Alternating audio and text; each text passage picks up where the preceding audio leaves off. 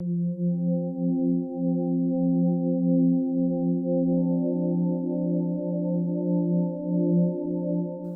Om, Namaste to all of you. Today, somewhere there is a call within me to speak to all of you and address something about the word, a very powerful word called forgiveness. How to forgive? Why is it so difficult to forgive? How can I let go all that has happened to me? There are so many questions, sub-questions that are connected with this one word called forgiveness. I do not know. I feel that call within me because we all are ultimately human beings. The consciousness of the soul, the consciousness of the Atma could have reached to a very higher realm. Yet we are trapped into this human body, and this human body has a very strong emotional and mental self. So the emotional self carries all those traumas, pains, memories of distress, memories of those cheats that has happened in our life, and it becomes very difficult to let go, to forgive. And today you might be looking at me with a bit colorful background. It's a different way, looking at you and talking to you, all my loved ones. See these bright colors behind me. These are the colors of forgiveness. That's true. That's how, I look at forgiveness, which brings colors to life, which actually brings back the life. Otherwise, life is nothing but gray and, colorless and powerless too. It's not only colorless, I would say it is powerless too. Before I talk to you about forgiveness, let me just narrate to you. Ages back, someone came to me, a young girl came to me, and she was asking some prayers, some healing, some time for her father was suffering through a very disastrous health issues. So I agreed. And it's not that I agreed just for one person. Whoever comes to me, I heal, I pray, I do my chantings for everyone. And that's how I think we all are. And then gradually we became quite close to each other, and she told me that she's an artist and she's working on oil medium, and she narrated, and then she came up with her files, artwork, and I saw it was beautiful. And I wanted to paint a very small concept of flame. Maybe some other time I'll talk to you about the violet flame. So I just wanted a drawing, a painting of violet flame and a blue flame. So I told her what exactly I want. I want a flame which is very lively, which is very full of presence of entities inside it. It should be like a live fire, and it should not be scary also. And she agreed. She said, you have helped me so far to handle the trauma in my house. I'll do this little painting for you. But over course of time, as destiny would unfold, her father passed away, and maybe she lost interest in prayers or in the healing path, or maybe in the path of meditation that I got her into. So somewhere she became very vague, and she wasn't very, giving me any dates or any clarity as to when she will bring the painting. And I got a little upset. The human part in me got upset. And I kept thinking, I did this to her and she did this. She didn't, respond back with the same love. And after all, what I wanted is not something for me. It's basically to help and teach everyone about these sacred fires, the sacred rays of the sun. But then the day when I was meditating and trying to forgive her, it was very difficult. And right then, a beautiful, melodious, yet very strong voice came around me, which said, I have blessed you with 2 hands and 10 fingers. Go on, paint yourself. Why do you want somebody to do this for you? And all I remember, though, my father has been, all his life he has been an artist, but yet I've never tried it out. So all I did was a little small painting in on paper of watercolors and things like that. And that day I said, okay, God wants me to do this. So that's how this communication I'm able to get through. Let me try it out. So I just went and got some canvas and I asked. I didn't know the medium. I didn't know what exactly to mix. Tried my hand out and the painting came out wonderful, beautiful.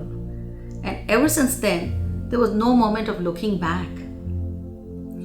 And these are the colors that you see behind me, the paintings, these lovely horses, bright colors. These are the colors of forgiveness. Had I not forgiven the child who came to me, I would have never tried myself to be an artist. So whatever little bit of art that I can do, whenever I get a little time, it's always a remember her. I always send her gratitudes for not doing what I wanted from her. I always send her my blessings for hurting me, because that's how I could charter into a new area. Otherwise, I would have been stuck in expectations one after the other from someone else. So when somebody hurts us or someone bothers us, or we get upset by someone, then it's all the more important for us to realize that there is some lesson that God wants us to learn. The nature, the universe wants us to learn, and the universe is producing or bringing up that kind of scenario for us to handle and outgrow that. That is what is called let go. But it doesn't happen that fast. It doesn't happen. And let go or forgive someone has always been a struggling period. Sometimes we are lucky enough to have that mental ability to let go. Well, most of the time, not. So forgiveness, what is that? Why is it that so difficult? My dear ones, first of all, forgiveness does not mean forgetting. Forgive and forget, this is general phrase, but then forgive and forget does not happen, because I might try to forgive, but I'm not able to forget. See, I just narrated you an incident, and thanks to her for her denial, I could see the art, the ability to make, the ability to produce an artwork inside me. So forget doesn't happen that easily. It's okay to not to forget, but to forgive, yes, we should try. But if I say just forget and forgive, try immediately, put a curtain, put a veil upon that incident and just go on blessing, come on. Then there should be some serious neurological condition in a person. Otherwise, how can he forget? How can he forgive? So when we are mentally in a stable condition, every human being is bound to remember as to what has happened, for whatever seriousness or whatever serious wrong that others might have committed with us. We do not have control over our memories, but we need to focus upon the memory bank that we have. And the way I said, if somebody is denying us something that we truly deserve for, the way I thought I deserve this child to do something in return for me, that itself was wrong. But at that time, when I'm looking for, the wisdom doesn't say it is wrong. So whenever there is serious wrong has happened, something seriously has gone wrong, it's time to just think about it, not to brood. Ponder on it. We cannot control our memories, can we? But, well, we can control our attention. Where is my attention? Is my attention all through my day? Does it go to someone who has hurt me? Then I'm sure that every day there's something goes wrong, might go wrong. So all my energy, my attention goes waste on someone who doesn't deserve that to be. It should rather be turned to gratitude. I know it is tough. Without taking a breath in between, I'm saying I know it is tough. Now, when it becomes tough, what happens? We become angry. And I have addressed anger before too. Forgiveness and anger is a very difficult, dangerous concoction. It doesn't go well together. So forgiveness and anger, what happens if you elaborate upon an incident in your life, more and more anger is exploding inside you. Your frequency of mind is more towards those episodes that has affected you. Well, anger is justified, but then it doesn't help you. So remember, it's a very difficult concoction, as I said before. Forgiveness, again, does not mean endorsement. What is endorsing? Endorsing is to accept something or to deny something. So if I'm accepting, then what happens? It's a human nature to go on speaking about it all the time. So if I'm speaking about my forgiveness aspect, the more forgiveness I draw. But then if I'm speaking more about the hurt, more about the cheat, more about how somebody used me, then what is happening is I'm endorsing my problem and I'm accepting that people can come and just use me, use my talents, and then not return anything that I deserve back. So it's not an endorsement. We should not go on thinking about it and talking about it. Simple ways to let go all that harm that has caused and live forgiveness is not to endorse. Then, forgiveness does not require you to go for a reconciliation. It's not right to force someone to go into reconciliation with a person with whom he has had a tiff. It should never be forced. Reconciliation can be physical, can be financial, can be due to the pressure of the society, but it should come from within the heart. So if forgiveness comes from within the heart, then we don't need reconciliation. Reconciliation automatically happens the moment forgiveness comes. The moment I reason it out and I thank that situation, then I don't need reconciliation. And any amount of heartfelt apologies or written or verbal, any amount of apologies, I won't say that can mend any relationship. There's no guarantee that it can mend any relationship. That is why I said reconciliation should not be in a written form or a verbal form or as a pressure from the society, because that doesn't work emotionally. That doesn't heal that person. That is only external. That's only something that we are showing off. And forgiveness is not just one's own personal decision many a times.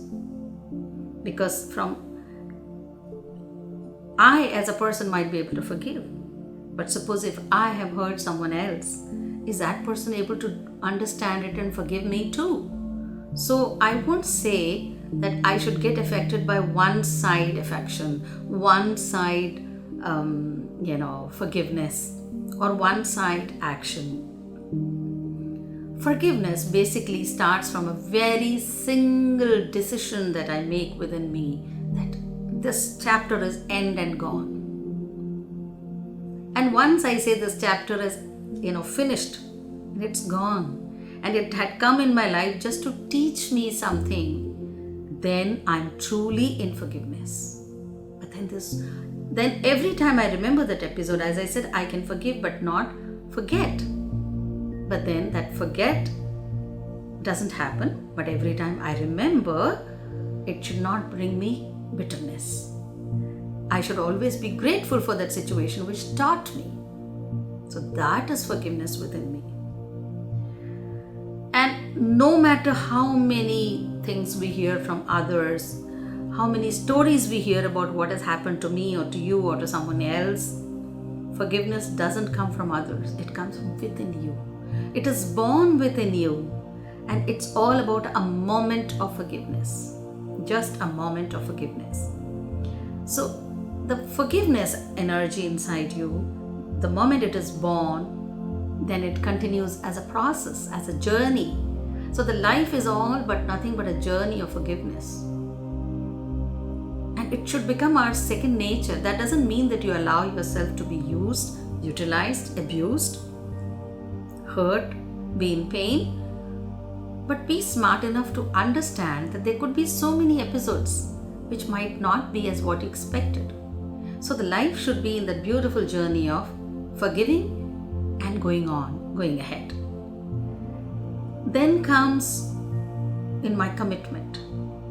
So if I'm forgiving, then my decision should be firm. It shouldn't be today I'm forgiving and again 2 days later I'm getting upset. That means I've actually not forgiven. I make so many students of mine forgive during meditations. Yes, that's an exercise we do. Through the mental body, we clear all those garbages inside the head.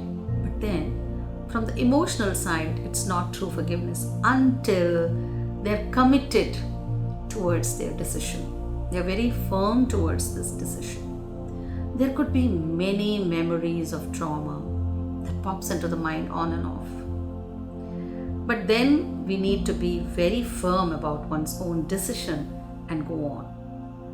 So let's be prepared to continue to forgive day in and day out. Simple methods, slowly and steadily begin to forgive small little things that has harmed us or we presumed that it has harmed us. My dear ones, forgiveness is not a decision. Just a little while ago I said you need to decide about it. But once you decide, it's not a decision. You've already decided. Then what is forgiveness? You're already being very firm. You've decided to forgive. Then what is ahead of that? Ahead of that forgiveness is an attitude which is hidden inside you. Don't you think so? The attitude of forgiveness should just come automatically. Your mind should get habituated to let go, forgive, and walk away. So it should come from within your feeling world. Why is it important to forgive? Because when you forgive, it is you who gain. You gain peace of mind. That's yours, all yours. Why should you lose your peace of mind? Exercise, practice forgiveness, and attain all that peace of mind that you deserve to live. Then forgiveness reduces your anger, erases your hate, establishes calm, and produces equanimity. I wouldn't say forgiveness is all the same for all people, for all circumstances can be different from each other. So it cannot be same, but let us feel genuinely, do I require to forgive? Is it important to me? And before that, am I worth living in peace? So if you say yes, I'm worth living in peace, then I think you need to walk ahead with genuine forgiveness. Again, I'm saying it's not going to be easy because we are most of the time under emotional control. The emotional body controls.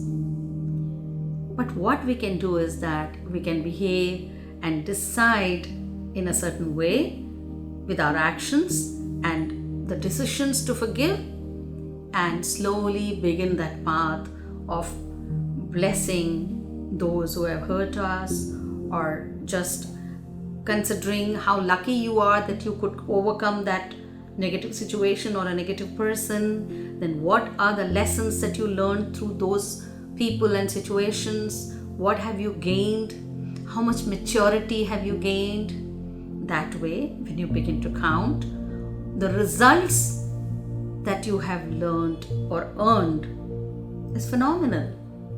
And that's how your forgiveness becomes bigger day by day. Forgiveness Again, I won't say it's a commitment. It is a feeling. It's a feeling that is born inside you. And the journey of forgiveness is yours own. Nobody can walk you through that path. It's your own journey.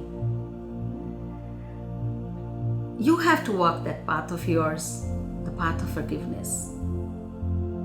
Don't go into vague ideas and views at how important it is to forgive just because somebody is saying or just because I am saying. Fundamentally, I think it's your right to be in peace, to live in peace, to lead your life in peace, to lead your relationships in peace. That's your fundamental right. Why do you lose it? Why should we lose our fundamental right of living in peace just because we are holding on a burning fire inside, burning, raging fire inside, just because we are not able to forgive? Reason out every situation, reason out every person who has caused that harm to you, and just float above that situation for some time and just think, what have you learned? What was a message that the universe wanted you to learn from that situation? What have you gained? If you're not able to get into the depth of that, at least claim your own peace.